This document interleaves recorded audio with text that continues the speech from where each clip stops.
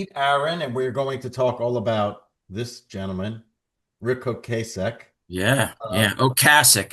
Ocasek, excuse Yeah. me.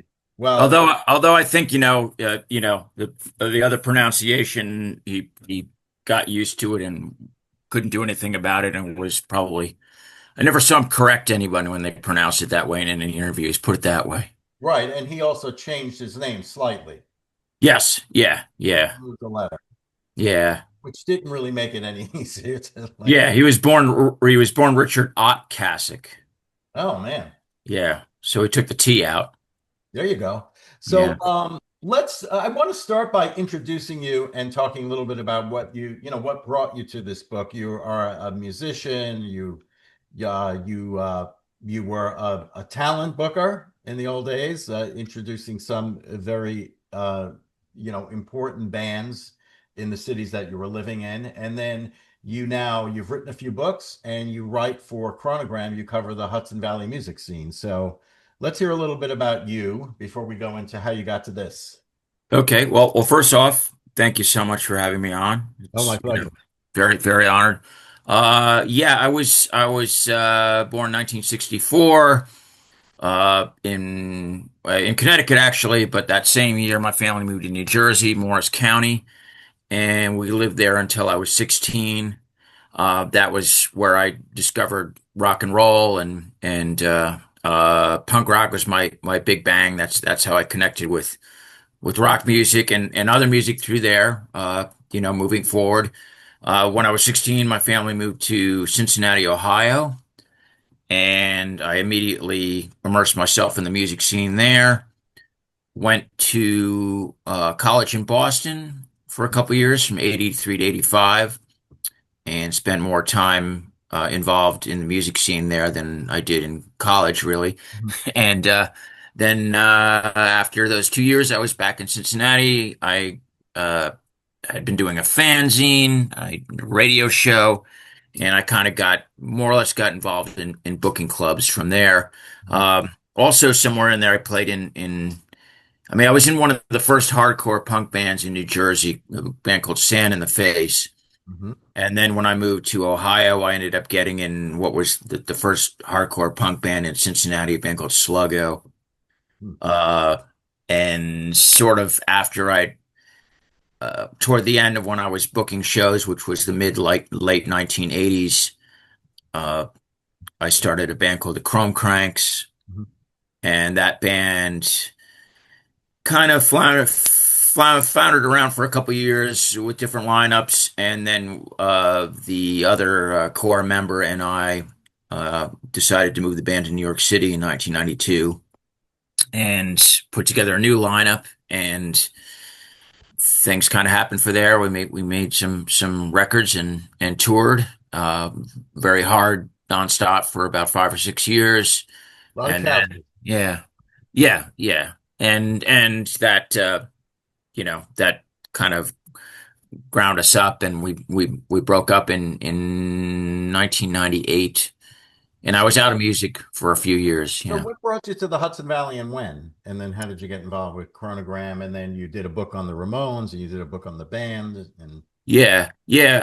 Well, after the Chrome Cranks broke up, I got married, and my wife and I we lived in northern New Jersey in Bergen County, and yeah, was didn't like living there. Wanted to get wanted to get out, and we're looking for more space, and so we ended up moving to Saugerties. Split up after a couple years, and I guess actually, leaving out that a little bit before we moved up, I had when the band broke up, I had gone back to college and taken some editing courses. I decided to get back into writing, Hmm. and through there, I got a job at a weekly newspaper in New Jersey called the South Bergenite, Mhm. and then from there, we decided we were going to move upstate. I got a job at the Daily Freeman, Mhm. first as a copy editor, and then I became the music columnist. And then after being there for a couple years, well, my wife and I split up, but I got a job at Chronogram as the assistant editor. That was 2006. Wow. And then the framework got shuffled there a little bit, and the assistant editor position was eliminated, and I became the music editor. Mhm. And then reshuffling happened after a couple more years, and I became the arts editor. So that's what I do now. I've been there for 19 years, a little over Wow, 19 wow. years. Yeah, Long yeah, time.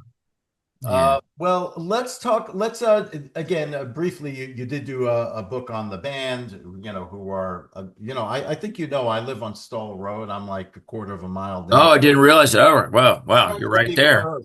I'm right at the big curve where they used to crash into the wall. I hear when the Oh, nice. Wow. Well, look for some empty beer bottles or, yeah, there's plenty of drug that. paraphernalia. Yeah. So you so let's go to the book. So where and when did you come up with the idea of the book? And then let's talk a little bit about Ric's youth, his family, his time in Baltimore, and then his early interest in music. Sure. Yeah. Well, I mean, I had been a Cars fan when they came out in starting 1978. The first few albums were big albums for me when I was in high school. And yeah, I just thought he was a very interesting, enigmatic person and worked with a lot of other bands that I was a fan of outside of the Cars, like Suicide and the Bad Brains, Romeo Void. Uh, and I always wanted to know more about him. And it's kind of really, really how it started. It was a real, I don't want to say fishing expedition, maybe that, I guess that kind of means other things these days, but more of it was almost like being a detective trying to find out more about him because there wasn't really there weren't really any books about him or the Cars at that point. I mean, there was a Right. book about Benjamin Orr, and there's been another Cars book that came out at the same time as this book about him came out. Um, but yeah, he covered his tracks really well. So it Yeah, was he was a mysterious guy because he was virtually as old as I guess Mick Jagger and McCartney, correct? right. Yeah, yeah, pretty much. He Yeah, was and the he thing was 30 years old when the Cars yeah, hit. that's the thing that I appreciated from this book, aside from, my own, relation to the Cars is hearing the hits and going, that's really kind of well crafted pop music, no Mhm. waste.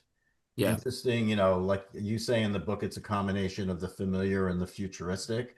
yeah, yeah. But I did not realize A, his age, and B, he is a guy who just kept at it until he made it. So Absolutely, that's yeah. that's the most and what I really liked about the book too is you don't even get to the Cars until a little more than halfway through the book. So a lot of it is really the stuff that, like you say, a fishing expedition, you really unearthed a lot of interesting stuff about but Archaeological expedition is probably better way to put yeah. it. Yeah, So he was born in Baltimore, moved ultimately to Ohio. You said, some of his inspirations were Philly soul, which I love. sure. Yeah, yeah, Buddy Holly, the Beats. So let's talk about his music apprenticeship because it was a long one. yeah, yeah. Well, I mean, what really got him interested in playing music was hearing Buddy Holly on the radio when he was like 14. That's what made him want to play guitar, learn to play guitar, and he absorbed the beats. He was very attracted to the way the beat writers used a lot of them words as sort of in a kind of a surrealistic, sort of abstract way. Mhm. And that certainly came out in his lyrics when he started writing lyrics, even early on. And then he was a huge Bob Dylan fan, and Bob Dylan, of course, obviously illustrated that with he was someone influenced by beat writers as well with his lyrics. So those were the prime, I think, songwriting influences on Rick early on. Uh, but then he discovered the Velvet Underground in the mid 19 or late 1960s because their first album came out in '67. and the Velvet Underground played in Cleveland a lot. He was living near Cleveland, so he got to see them early on. And there, the Warhol pop art world became an influence as well, and the Velvet Underground's uh, bridging of the avant-garde with more sort of straight ahead rock and roll. Those things impacted him as well, and you hear that in the cars. It was pop music, but he would sneak some art into it. Right. Yeah, But interestingly, early on, I think you mentioned, I don't know how you say it, ID Nirvana. His first band was Id Nirvana. ID Yeah, Nirvana. which was a psychedelic band. Right. Very much he would later on say of the time, you Right. know. And from there he in the by the early 1970s when the folk rock and Right. the band and Crosby, Stills and Nash were kind of having their day, those became sort of the moment influences also. And he had been a folk fan too. Right. People like Tom Rush and Mhm. Joan Baez and uh, that whole scene were kind of influencing him as well. But the thing was that he started a band with he had met Benjamin Orr, his foil, Ben Orzechowski, Benny 11 Letters, as people called him then, and uh, Right. What was that his last name again? His Orzechowski, or Zakowski, right? yeah, But then the 11 letters, right? yeah, yeah, yeah. Odd name. Yeah. So one of the bands, Benjamin Orr joined Id Nirvana after Id Nirvana had been going for a little while. That band broke up. The next band, the two of them stayed together. They started a band called Leatherwood. That band had a couple years, didn't move to Michigan, then to New York, ended up breaking up, and then they started a band called Milkwood, which was very much in the Crosby, Stills and Nash kind of folk rock. And Uh, that was his first experience with recording, like record company recording, like right there. right. That Yeah. and Milkwood made one album very, of the era and not very interesting album. But it was part of the learning curve. right. And then But it was a failure, so he had alopecia. You tell me in the book. that was the third member of Milkwood consisted of he was still Richard Ocasek then, and Benjamin Orr, who was still Ben Orzechowski then, and guitarist and singer named Jim Goodkind. Right. And Jim Goodkind, I interviewed for the book, and he told me the story that, yeah, well, after Milkwood broke up after their album came out and was a failure, and Rick had some kind of, there was sort of physical, uh, kind of effect on him where he started losing his hair and Well, uh, he was, as we get into in the book, he married early the first time. oh yeah, right, like right out of high school, like Right. barely. So Yeah. he had two kids when he was trying to do this, and you also mentioned that they both seem to work in a lot of jean stores, Yeah, yeah, well that was the time, right? That was the whole like food stamps. funky bell bottom and the fashion uh industry really kind of had gone over or into overdrive and with the hippie clothes and all that and head shops and that was sort of like I guess well you got to get a job to pay the bills but you're not working for the man at least you're getting to be around cool clothes and Rick gravitated toward fashion. Right. We mentioned him having alopecia and losing his hair. I mean, that went away at least to some degree after Right. that little period. Well, again, you mentioned Ben, and that should be a significant part of the conversation because they were partners from 65 through the initial breakup, which was what, 88? When did the band Yeah, break? not as early as 65. I think it's more like Yeah.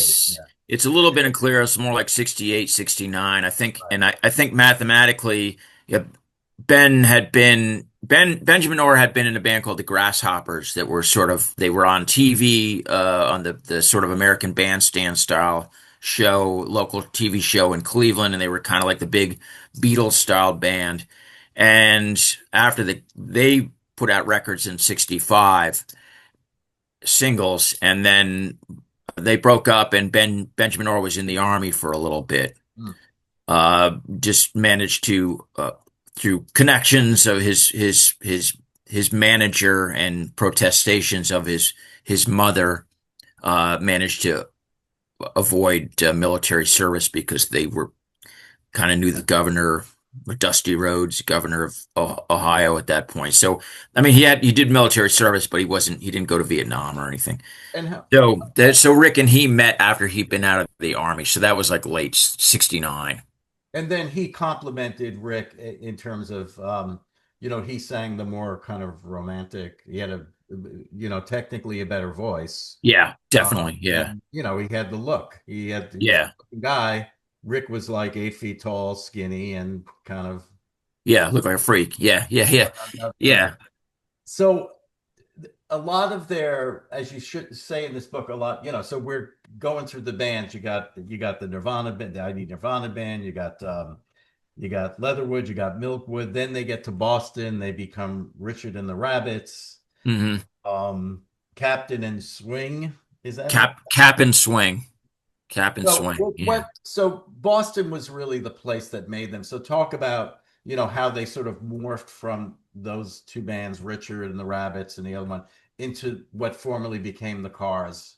Okay. Well, Richard and the Rabbits, their name was given to them by Jonathan Richman from the Modern Lovers, who the Modern Lovers were the first band that Rick saw when he moved to Cambridge, just outside of Boston. Right. And he loved them because they reminded him of the Velvet Underground. They were, Jonathan Richman was a staunch devotee of the Velvet Underground. They were his biggest influence. So Rick really loved them because the Velvet Underground had been a band that, uh, uh, did not, they were not accepted by the mainstream at all. Mhm. And Rick loved that here was this local band that was doing stuff that was in that style, and he was very inspired by it and became friends with Jonathan Richman. And he mentioned to Jonathan, "Oh, I'm starting a new band." And Jonathan said, "Well, you got to call it Richard and the Rabbits." And so, that's what it became. Rick always, would kind of roll his eyes about that band name when it came up later on, but you know, Jonathan Richman was one of his heroes. So I think he went with it partially for that reason. Yeah. Yeah. So Richard and the Rabbits was a band that featured Ben and Rick and Greg Hawkes, keyboardist of the Cars, who at that point had played with on the Milkwood record. He played on a couple songs as a session guy on the Milkwood record, so that's how they knew him. And that band kind of kicked around for a little while. This would be true of the next couple bands that or the next band that Rick had, was that it didn't really have a defined style or a sound, Right. certainly not a look, any kind of Well, image, Eileen's basement, Donald Fagen. That was a good. Yeah, yeah. I mean, that was Steely Dan was a big influence Yeah. on them, and uh, that's something that it could be it could go wrong very easily, I think, and that's that's what happened. It just seemed like they weren't connecting with anyone. And they weren't, they're doing songs that were sort of long and jammy and maybe a little too clever for their own good. Right. Now, Yeah. you're talking here about, their career actually was greatly helped by two Boston DJs. One was Yes. Maxine Satori, I believe, Yes. um, Yeah. and then Oedipus. And you said that so maybe through Oedipus, he was getting exposure to the early punk sounds, correct? Like, Yeah. Yeah. that And was to what. some degree with Max Sartori, who Uh, well, the Richard and the Rabbits dissolved, and that became Cap and Swing, which is basically the uh, fetal version of the Cars. That was when they brought in guitarist Elliot Easton. The rhythm section was still different, Mhm. and they went down to New York to do kind of a showcase Right. gig for at Max's Kansas City for some record industry people, and it was a disaster. Uh, but their criticism came back to them through Max Ansartori, who was DJ in WBCN, who was playing their tapes and trying to help them. And she played Rick some, that's how he found out about Patti Smith. She was the first DJ in Boston to play Patti Smith and Bruce Springsteen, and so they got David Robinson in the band. They retooled, And became he the was in the Cars. Modern Lovers. He He had had, been in the Modern Lovers, yes, yeah. So Rick knew him from that, so he was obviously excited to have him in the band. But yeah, this was all happening when Oedipus was the another DJ on the air at that time. He was on through the uh, radio WTBS in Cambridge, and he was right on the edge of punk as it was started happening, playing a lot of those records when they're coming out. Rick would come by, bring tapes of Cap and Swing, hang out on his radio show. They'd listen to records, and that's Rick could see something new was happening, and he got excited about it, and was starting to kind of figure out how to assimilate some of that into the music he was making with his band, and all this sort of overlapped with the reinvention of what had been Cap and Swing as a newly named group. The Cars was the name that David Robinson had come up with, and David Robinson was he had been had an artistic background, and he became the sort of the aesthetic force of the Cars, of designing their what they wore and their backdrop, and Rick except Ocasek. Electra didn't like his cover for the Right. Vespers. Yeah, when they signed for Elektra, he designed kind of a very sort of stark black and white Right. album cover that he kind of it seemed like the label thought it was a little too punk and wouldn't work for trying to hook a bigger audience. So that's how they went with that image of the Russian model Right. on Well, the and then Cars album cover. at that time, in addition to the punk influence and all the other stuff you kind of drank in before that, there was this Kraftwerk influence, which you can definitely, Sure. hear if you Yeah, yeah. music. Yeah, I once I read somewhere, I can't remember who said it, but they were talking about the single "Let's Go" from the opening song on Candio, their second album, described it as the Beach Boys meets Kraftwerk, which Right. is genius. Yeah. Yeah, Well, and who would have thought to do that, you know? yeah. Well, let's talk about that first album. I mean, that was in a remarkable um success, a strong, strong album. We could talk about if you talk about some of the tracks on it. And it was recorded in London at Air Studios with Roy Thomas Baker. And if you can give people a little background on what he did prior to them and right around that time. And their working relationship continued for a while. Yeah, yeah. Well, Roy Thomas Baker was best known as a producer for his work with Queen. He had produced, most notably, the huge landmark single Bohemian Rhapsody. And so it was kind of an odd pairing when the Cars had signed for it seemed like an odd pairing when the Cars had signed to Elektra, that the label wanted to assign a producer. Mhm. And Tony Visconti was his name came up. Um, but they ended up, and who had produced David Bowie, and Bowie was definitely an influence on the Cars as well. Um, but Rick, even though Queen may not have been the biggest influence, he appreciated the production craft of their records. Yeah, and a trademark element of what Roy Thomas Baker had done with Queen was the way he did the layered multi-part vocal harmonies, Right. which you hear immediately in the Cars' first album with Good Times Roll, and that also was taking advantage of the harmonies that Rick had been and Ben had developed doing Crosby, Stills and Nash style music with Milkwood. And you say on that song, there's a part in the track where there's 50 voices. Basically, yeah, like 47, 50 voices or Wow. yeah, yeah. Well, so what were some of the big hits on that album? And I thought they were actually, when I was reading your book, I was actually surprised, you know, I thought they were like number two, number one hits. They were big hits, but Yeah. they weren't like number one songs. No, they were, they started out as well, I mean, talking the songs, the singles, Good Times Roll, My Best Friend's Girl, Mhm.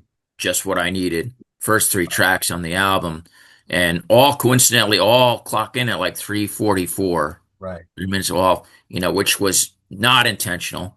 Mm. I mean, other than obviously they wanted to keep them under 4 minutes, um, but yeah, it became kind of I mean, the way the Cars got signed, this is something that was important that was left out, was Right.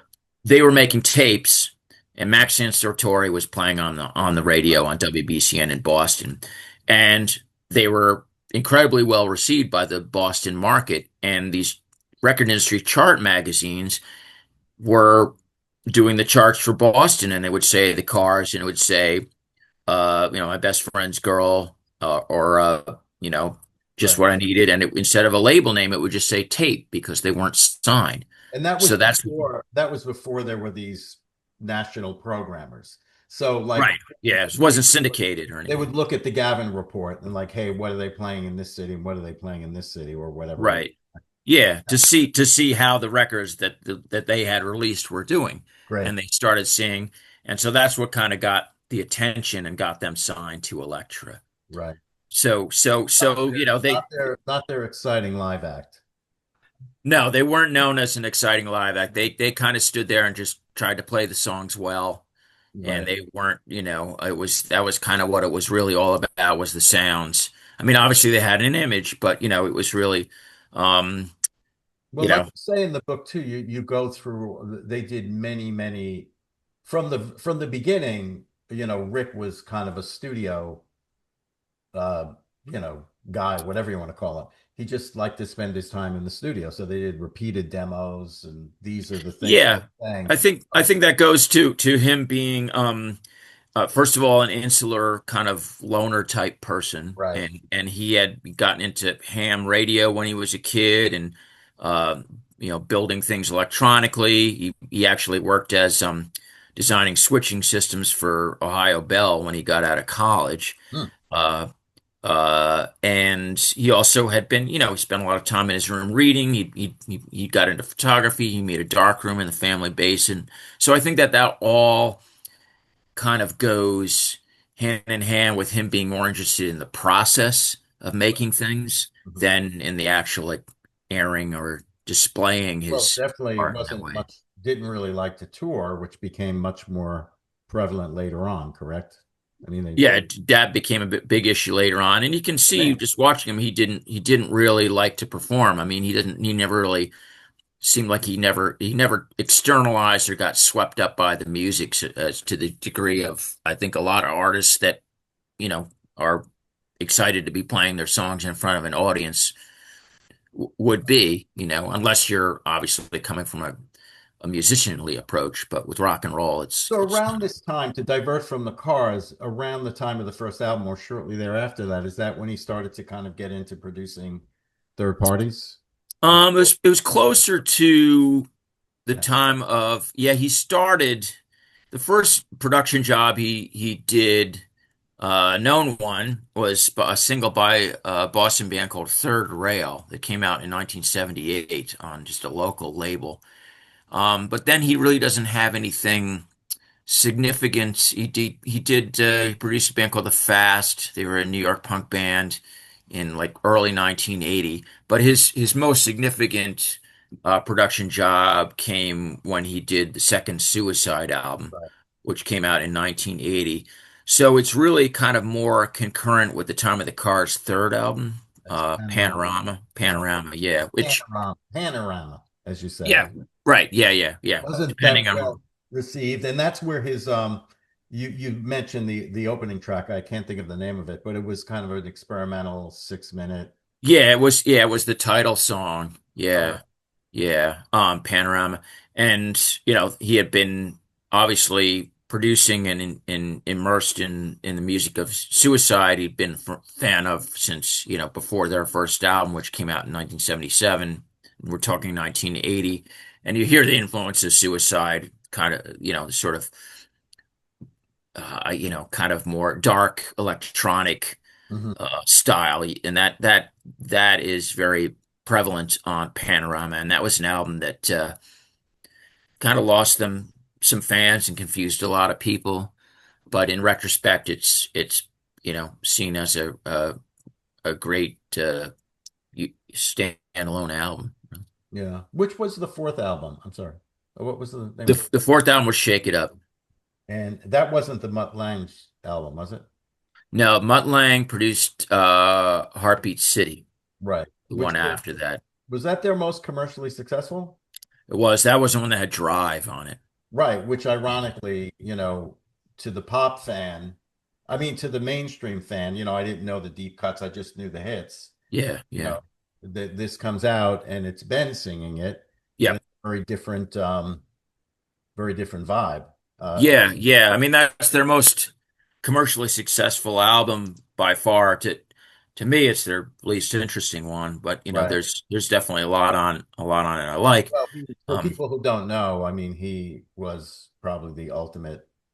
He's like Phil Spector without the guns, right? I mean, he would just make Mutt people, Lange. yeah, he'd make people Yeah, do like, two, 300 takes. yeah, yeah. That was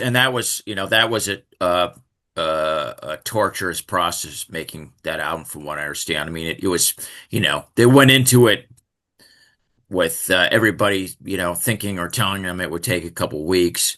They recorded their first album and recorded it and mixed it in less than 2 weeks. Right, right. They And budgeted this, 6 or something. I think I read in the book that they had budgeted, uh, or one of them they had budgeted for 6 and they came in. yeah, 6. I don't know what monetarily that worked out to be, but yeah, like Heartbeat City took like 6 months or something there over there, and it was like, meticulously pieced together, every little things, Right. recorded and then re-recorded and then mixed together and yeah, it sounds like or it would have driven me nuts. Yeah. Yeah. So so let's talk about the car. So where does the begin to fracture, and with what parties does the band begin to fracture? Well, really right around, I mean, it was probably really things started coming to a head, like right, kind of the cycle of making and touring Mhm. for Heartbeat City. I mean, a lot of it seems to have been brought about by the Cars' new management. They signed with Elliot Roberts, who had a company called Lookout Management.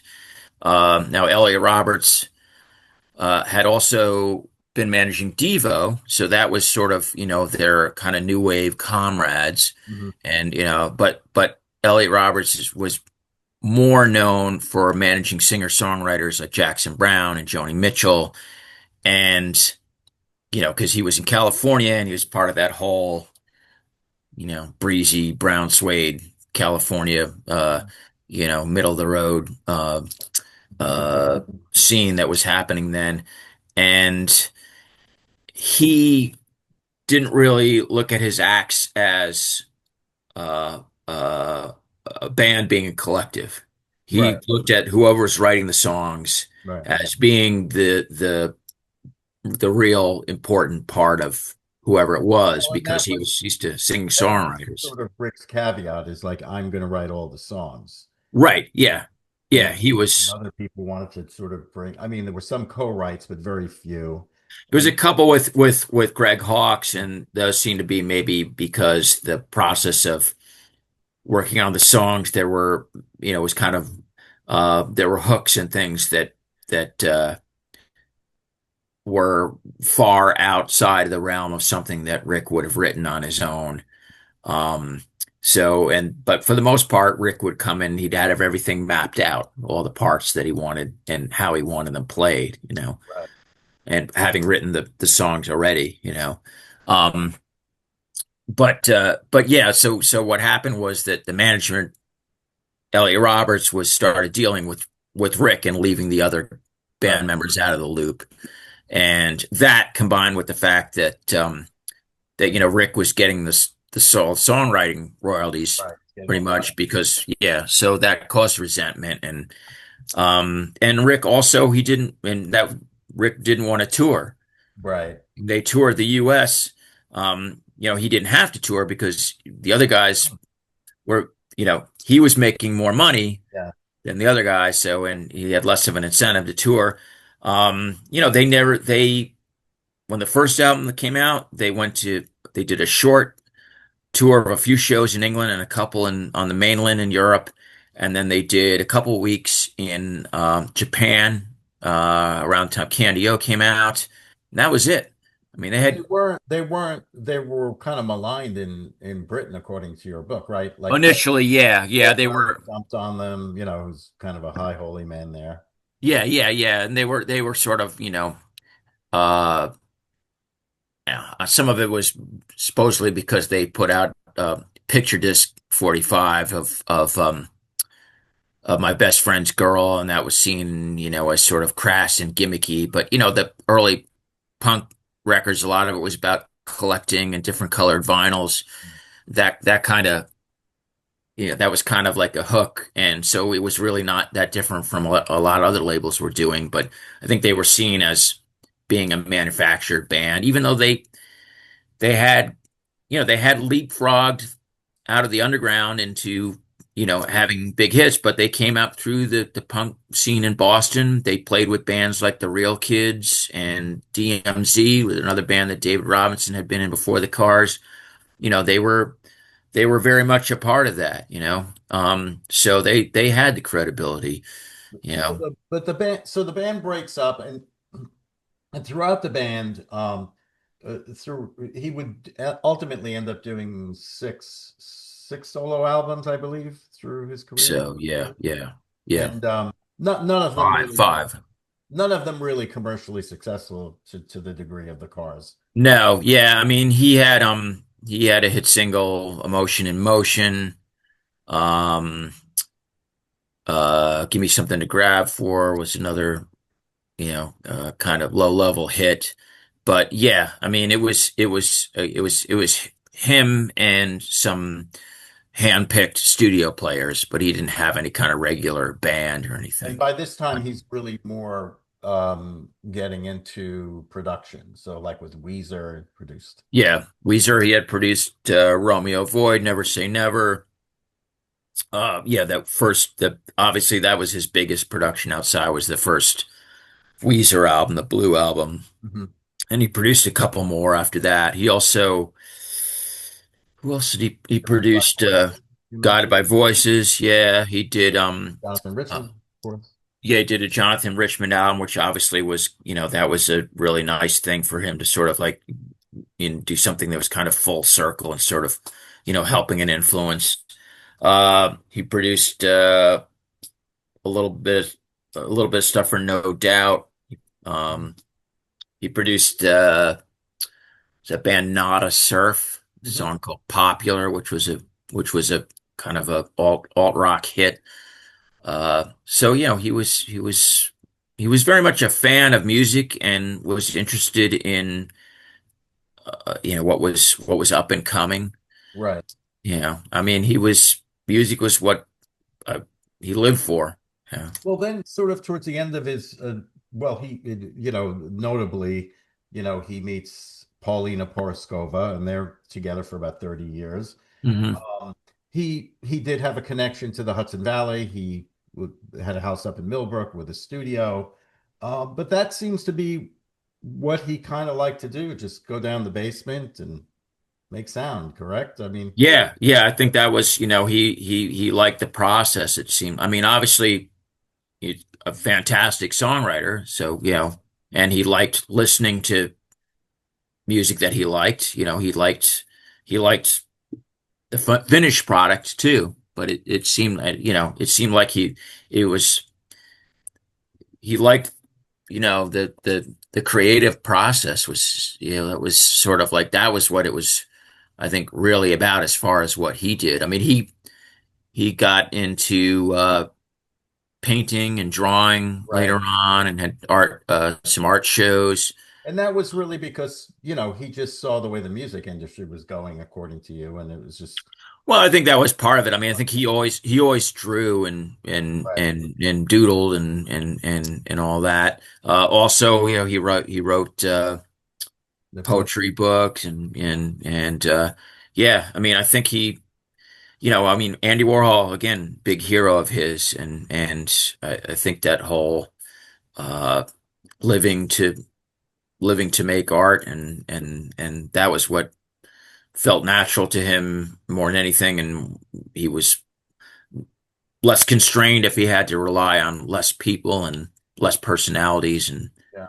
you know Well, that's how the technology went. He actually enabled the guys too, and interesting to make a bit of a living with this new cars, where Todd Rundgren right. opened up and they did a little bit of touring. So, he passed away. I'm not sure the year, a few years ago, right? I'm not sure, 10 years ago. 2019. 2019. Then it was kind of revealed, they did an obit, and then it's like, no, no, no, he's 5 years older. You know, so as Yeah, the yeah. dates came out, he died, maybe he died at 75, but he left an incredible career, and I think you did him a great justice by showing, a lot of people, especially nowadays, it's very much like, somebody goes on TikTok and they do a dance and they sing and they get signed. And, this Yeah. guy had like a 15-year apprenticeship before anything happened for Yeah, him. I mean, he and Ben had been playing in bands together for like 8, 10 years, 8 years before the Right. Cars. Yeah. And then I Yeah. just want to leave with tell me about some deep cuts that you like that, are not the sort of the traditional hits that Hmm. people like that Yeah, people yeah. check out. I have to say my favorite I think is Double Life Mhm. off Candio. That's a man, what a great it just got such an easy, natural feeling kind of loping hook and it's got uh kind of a reflective, forlorn vibe, but it's not, doesn't fall into, any kind of maudlin, Mhm. uh, uh, and it's just, man, I love that song and the way, just the way everything comes together with the vocal harmonies and just, Mhm. um, Night Spots off that album. That's been a big one for me lately. Hmm. Um, talk about Panorama, the underappreciated. I mean, lately I've been the song on there, Up and Down, the last song on the album.